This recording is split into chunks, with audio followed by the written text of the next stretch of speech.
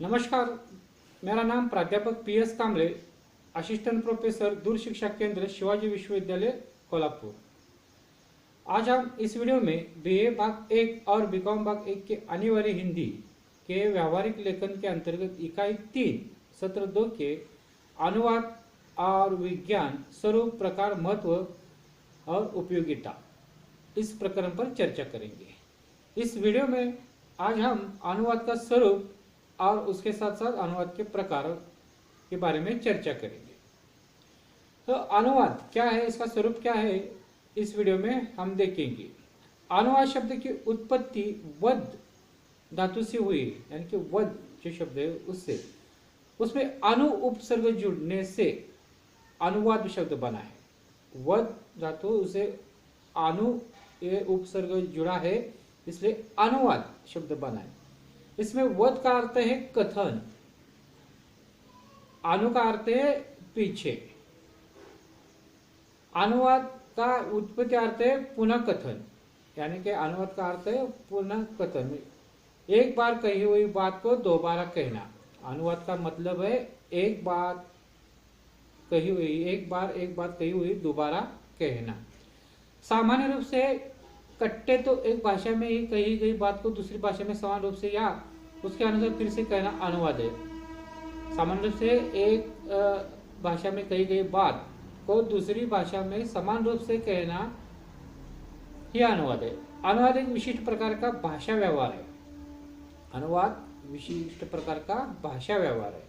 अंग्रेजी शब्द ट्रांसलेशन को हिंदी में अनुवाद कहा जाता है। अंग्रेजी शब्द ट्रांसलेशन को हिंदी में अनुवाद कहा जाता है। अनुवाद प्रस्तुत शब्द की उत्पत्ति लैटिन शब्द ट्रांस तथा लेशन के योग से हुई है। ये लैटिन शब्द ट्रांस तथा लेशन के योग से ट्रांसलेशन शब्द बने। ट्रांस का अर्थ है पार और लेशन का अर्थ है ले जाने की क्रिया, अर्थात ट्रांसलेशन शब्द का अर्थ है पार ले जाने की क्रिया। ट्रांसलेशन शब्द का अर्थ देखिए, ट्रांस का अर्थ है पार और लेशन का अर्थ है ले जाने की क्रिया, यानी ट्रांसलेशन शब्द का अर्थ है पार ले जाने की क्रिया। अनुवाद के लिए अन्य नाम भी प्रचलित है, पुनरावृत्ति, पुनर्कथन, प्रकारांतर, भाषांतर आदि। तो इसमें हम संक्षेप में देखें तो अनुवाद शब्द वद और अनु, उससे अनु उपसर्ग जोड़कर अनुवाद शब्द तैयार हुआ है। अनुवाद का अर्थ है एक बार कही हुई बात को दोबारा कहना। अंग्रेजी शब्द ट्रांसलेशन को हिंदी में अनुवाद कहते हैं। प्रस्तुत शब्द ट्रांसलेशन, ट्रांस का अर्थ है पार और लेशन का अर्थ है ले जाना, यानी कि पार ले जाना।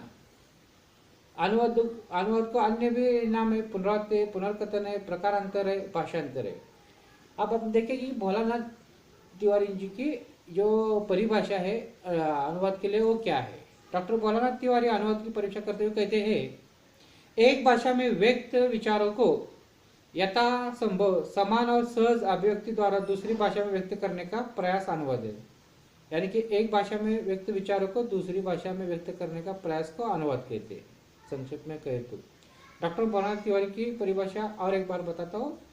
एक भाषा में व्यक्त विचारों को यथासंभव समान और सहज अभिव्यक्ति द्वारा दूसरी भाषा में व्यक्त करने का प्रयास अनुवाद है। ये भोलानाथ तिवारी जी की व्याख्या है। अब हम देखेंगे कि अनुवाद के प्रकार कौन कौन से हैं। तो वर्तमान काल में अनुवाद उपयोगिता की कसौटी पर अधिक महत्वपूर्ण बन गया है। आज का युग अनुवाद का ही युग ऐसा माना जाता है। तो अनुवाद के प्रकार, साहित्य विधा के आधार पर अनुवाद के प्रकार साहित्य के विभिन्न विधाओं के माध्यम से प्रकट होता है, जैसे कहानी, उपन्यास, नाटक, निबंध, संस्मरण, आत्मकथा, रेखाचित्र, जीवनी, यात्राओं आदि। इन सभी विधाओं के अनुवाद किए जाते हैं। साहित्य की विभिन्न विधा है, आपको मालूम है साहित्य की कौन कौन सी विधा है। उपन्यास है, कहानी है, नाटक है, निबंध है, संस्मरण है, आत्मकथा है, रेखाचित्र है, जीवनी है, यात्रा होते, ये सभी विधाओं के अनुवाद होते हैं। अध्ययन की सुविधा के लिए अनुवाद के दिए गए प्रकार है कथानुवाद, काव्यानुवाद और नाट्यानुवाद, यानी कि साहित्यिक विधा के आधार पर अनुवाद के प्रकार हो गए कथा अनुवाद, काव्यानुवाद और नाट्यानुवाद। और प्रयोजन के आधार पर अनुवाद के प्रकार कौन कौन से, देखिए मनुष्य द्वारा किसी न किसी प्रयोजन के कारण अनुवाद किए जाते हैं। प्रयोजन यानी हेतु, उद्देश्य होता है। प्रयोजन के आधार पर अनुवाद की कुछ प्रकार इस प्रकार है। उनमें से कार्यालयीन अनुवाद, वैज्ञानिक तथा तकनीकी अनुवाद, मानविकी अनुवाद, संचार माध्यम के अनुवाद, विज्ञापन के अनुवाद।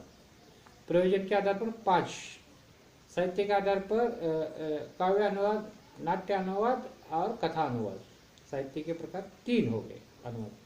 और प्रयोजन के आधार पर 5 कौन कौन से, कार्यालयीन अनुवाद, वैज्ञानिक और तकनीकी अनुवाद, मानविक के अनुवाद, संचार माध्यम के अनुवाद, विज्ञापन के अनुवाद। ये 5 हो गए कार्यालय के आधार पर। अब तीसरा प्रकार है प्रकृति के आधार पर अनुवाद के प्रकार। प्रकृति के आधार पर अनुवाद के प्रकार कौन कौन से, प्रकृति के आधार पर अनुवाद के प्रकारों में मूल्य निष्ठा तथा मूल्य मुक्तता दिखाई देती है। अनुवाद पाठक की प्रकृति के आधार पर अनुवाद के प्रकार इस प्रकार बने जाते हैं। प्रकृति के आधार पर देखिए, शब्द अनुवाद, भाषा अनुवाद, छाया अनुवाद, पूर्व और आंशिक अनुवाद, आशु अनुवाद और रूपांतर। प्रकृति के आधार पर 6 हो गए, यानी कि साहित्य के आधार पर 3, प्रयोजन के आधार पर 5 और प्रकृति के आधार पर अनुवाद के प्रकार 6। कौन कौन से, शब्दानुवाद, भाषा अनुवाद, छाया अनुवाद, पूर्व और आंशिक अनुवाद, आशु अनुवाद और रूपांतर अनुवाद। इसके बाद इस तरह से 3 प्रकार है अनुवाद के। साहित्य के आधार पर जो प्रकार आते हैं वो 3, और प्रकृति माफ कीजिए दोस्तों, प्रयोजन के आधार पर आते हैं 5 और प्रकृति के आधार पर आते हैं अनुवाद के कुल प्रकार आते हैं 6। इस तरह से हम आज इस वीडियो में अनुवाद का स्वरूप और उसके प्रकार के बारे में चर्चा कर रहे हैं। इस चर्चा में हमने देखा कि अनुवाद का स्वरूप क्या है। अनुवाद का स्वरूप क्या है, तो अनुवाद का स्वरूप है वद और अनु धातु से अनुवाद शब्द तैयार हो गया। अनुवाद का अर्थ है पुनर्कथन, यानी एक बार कही हुई बात को दोबारा कहना, एक भाषा में कही हुई बात दोबारा कहना। ये अंग्रेजी शब्द जो ट्रांसलेशन है, ट्रांसलेशन का हिंदी रूपांतर अनुवाद है। ट्रांस का अर्थ है पार और लेशन का अर्थ है ले जाना। बोलान तिवारी की जो परिभाषा है इसमें महत्वपूर्ण है। 2 बार बताए, एक बार और बताता हूँ कि एक भाषा में व्यक्त विचारों को यथासंभव समान और सहज अभिव्यक्ति द्वारा दूसरी भाषा में व्यक्त करने का प्रयास अनुवाद है। उसके साथ हमने अनुवाद के जो प्रकार है, किस पर आधार, साहित्य के आधार पर, प्रयोजन के आधार पर, प्रकृति के आधार पर जो प्रकार है वो हमने देखे। उसकी चर्चा आगे की वीडियो में विस्तार से करेगी। तो वो कौन से है, साहित्यिक विधा के आधार पर अनुवाद के प्रकार है कथा अनुवाद, काव्यानुवाद और नाट्यानुवाद। और प्रयोजन के आधार पर कौन कौन से, कार्यालयीन अनुवाद, वैज्ञानिक और तकनीकी अनुवाद, मानविक के अनुवाद, संचार माध्यम के अनुवाद और विज्ञापन के अनुवाद। और प्रकृति के आधार पर 6 जो अनुवाद के प्रकार है कौन कौन से, शब्द अनुवाद, भाषा अनुवाद, छाया अनुवाद, पूर्व और आंशिक अनुवाद, आशु अनुवाद, रूपांतर। अब अनुवाद जो आपके बीए भाग 1 और बीकॉम भाग 1 के जो पाठ्यक्रम में जो टॉपिक लगाया गया है ये महत्वपूर्ण है। ये आज हिंदी सिर्फ साहित्य की हिंदी नहीं रहेगी, तो इसमें रोजगार भी उपलब्ध हो रही। अगर आप 2 भाषा का अध्ययन करेंगे, अनुवाद के लिए 2 भाषा आना महत्वपूर्ण होता है। एक अपनी जो भी मातृभाषा है या अन्य हिंदी है, अंग्रेजी हो, जितनी भाषा आपको आती है उतना ही अच्छा ही है। परंतु अनुवाद के लिए 2 भाषा का आवश्यक है। एक भाषा का जो ज्ञान है, साहित्य है जो आप पढ़ते, तो दूसरी भाषा जो है ये भाषा समझ नहीं सकते। जैसे कि उदाहरण के तौर पर ले मराठी का साहित्य हो, मराठी का कोई ज्ञान हो, तो आप पूरे देश को बताने वाले तो हिंदी में अनुवाद कर सकते, और पूरे विश्व को बताना चाहते हैं तो अंग्रेजी में कर सकते हैं। अब हिंदी भी विश्व भाषा की ओर जा रही है, ये भी पूरे विश्व के लिए बात बता सकते हैं। आपका जो साहित्य है ऐसे हो रहा है। मराठी के जो जो उपन्यास है, कहानी है, नाटक है, जो सुप्रसिद्ध है, अब सभी के सभी हिंदी में अनुवाद हो गए आज देखेंगे तो। और हिंदी के जो भी सुप्रसिद्ध साहित्य है वो उसका भी अनुवाद मराठी में हो गया। इस तरह से ट्रांसलेशन हो रहा है। ये एक अच्छा तरह से आप उसमें रोजी रोटी कमा सकते हैं। उसके साथ साथ एक अलग तरह का एक आनंद भी प्राप्त कर सकते हैं।